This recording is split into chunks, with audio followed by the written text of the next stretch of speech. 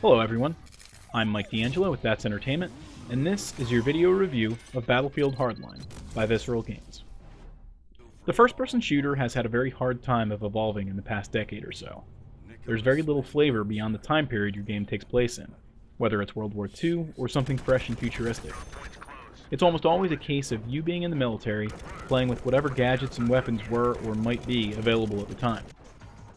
So how exactly do you go the route of being able to make a statement in the genre without stepping too far from the conventions that have been in place for years? Why not try to bring back the imagination of our childhood, when we used to play cops and robbers? Battlefield Hardline takes this concept and runs with it in full force.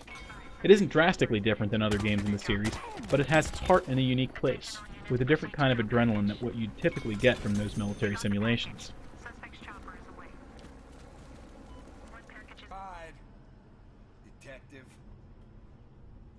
The story of Battlefield Hardline is a bit different than what you'd typically see in a shooter, or any other game for that matter.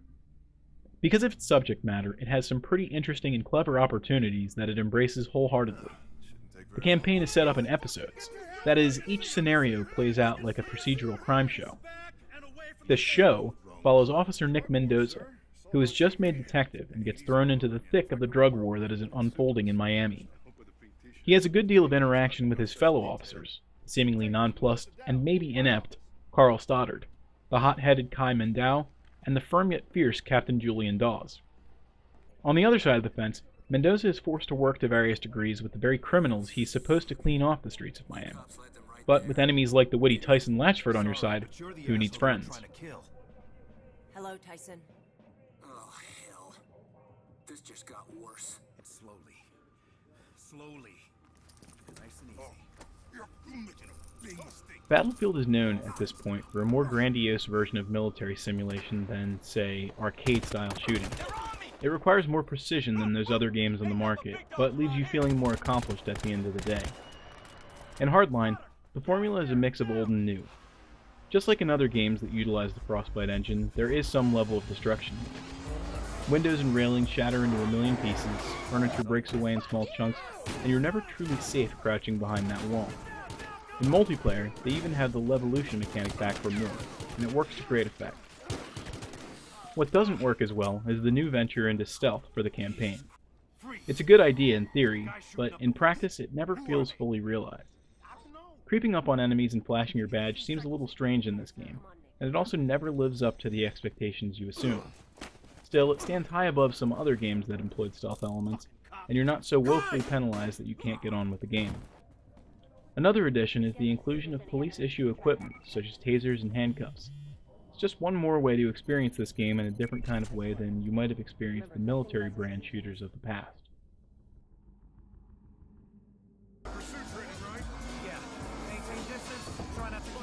Hardline is a very attractive game that doesn't really suffer from the next-gen filter of dismal browns and grays. Set in Miami, it has a personality that is more colorful, occasionally lush, and oftentimes deadly. It loses style thanks to the change of pace from the wartime shooter to a more modern-day urban sprawl. In the campaign, characters really pop, especially during the cutscenes that flesh out the fun story. On that note, the characters are all voiced to great effect. With some notable voice actors and even celebrities lending their voices, the story is developed in a fun way, even if some of the so-called twists are telegraphed from a mile away. The sound and music is more ambient than you might have had in a lot of the previous games in the series. That's because you'll hear chatter on the radio and maybe even some gators in the Everglades. Okay, I'm putting pressure on it, alright? There is a metric butt-ton of new game modes that pave the way for the awesome new experiences in Battlefield Hardline. Heist is just one big cluster bang, where both teams are struggling to take control of cache packages. The criminals are attempting to bring the cache packages to extraction points, while the police have to prevent that from happening. More often than not, it becomes one long firefight in one of these locations, where you really benefit from deploying back to the map as quickly as possible. Hot Wire mode takes over for the prior game's Conquest mode, though in this game type, the Conquest flag is a vehicle that you must drive at high speeds to gain control of it.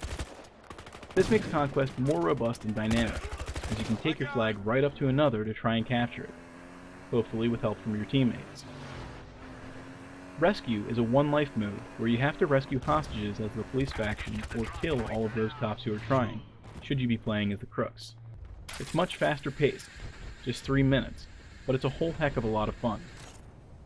One thing that the game suffers from, even in the light of all these new modes, is a confusing unlock system. If you're familiar with Battlefield 4, it might not be so bad, but it still doesn't quite feel user-friendly, nor does much of the other deployment screen beyond the map.